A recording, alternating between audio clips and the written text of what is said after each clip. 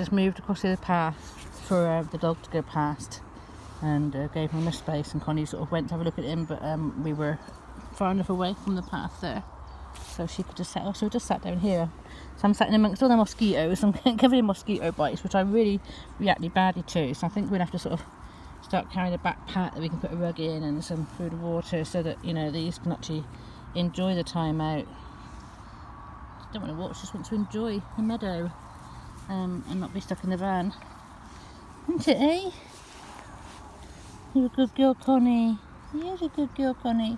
So there you go. So it just goes to show she loves me. She chose to be sat on me. I'm not this evil person who makes them growl and bite. I love them dearly, and, you know, they trust me, and I respond as necessary, and, you know, just, they're beautiful animals. But, you know, they're wildcat bred, and you have to respect that.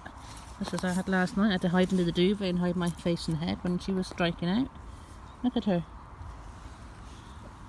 And this is what I say about being Jekyll and Hyde, and, you know, I know my cats, and I will protect people, and I think, oh, you know, my dog's okay, or, you know, I love cats and all this stuff, but you have to respect these animals that have been bred with wildcat blood, and however small a percentage, each cat is different, each upbringing is different, each, you know, the way they were born is different, and obviously I do take the ones that are more the runts and the ones with the worst breed. Don't you be sick on my foot. Had a harder time in life, and just bred by people who just, you know, chuck them out for the money, and I prefer it. I mean, that's the only way I can afford them at the end of the day. I can't afford these mega ones, but I put the time and effort into them, and the love into them, and then this is what you get. And it's like the reward is just amazing. It's like any animal that you work with or rescue or whatever. It's very special. It's beautiful.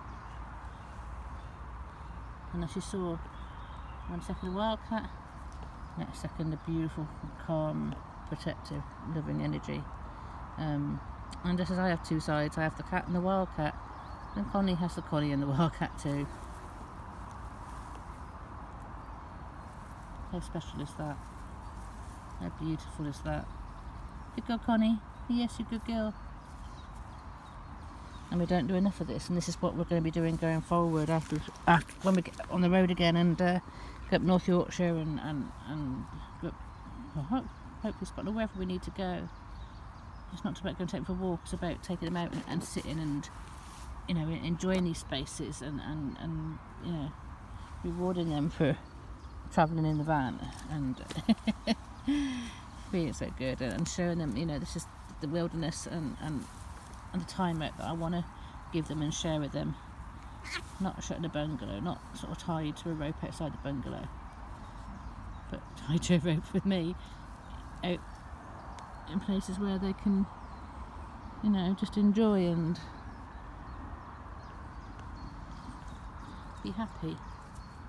And if they're happy, then I'm happy. And this is about the balance. This is important for me too. You're beautiful, Connie, aren't you? I'm so grateful she's come into my life, and that's why I was so distraught yesterday. I thought she'd even sort of gone before I had a chance to sort of say goodbye. So I loved her. The night before Sticky disappeared, he'd come to bed with me, and I told him I loved him. And the next morning he had gone. You know, and that was something that I'll always cherish, the fact that I actually had a chance to let him know how much he was loved. Still is.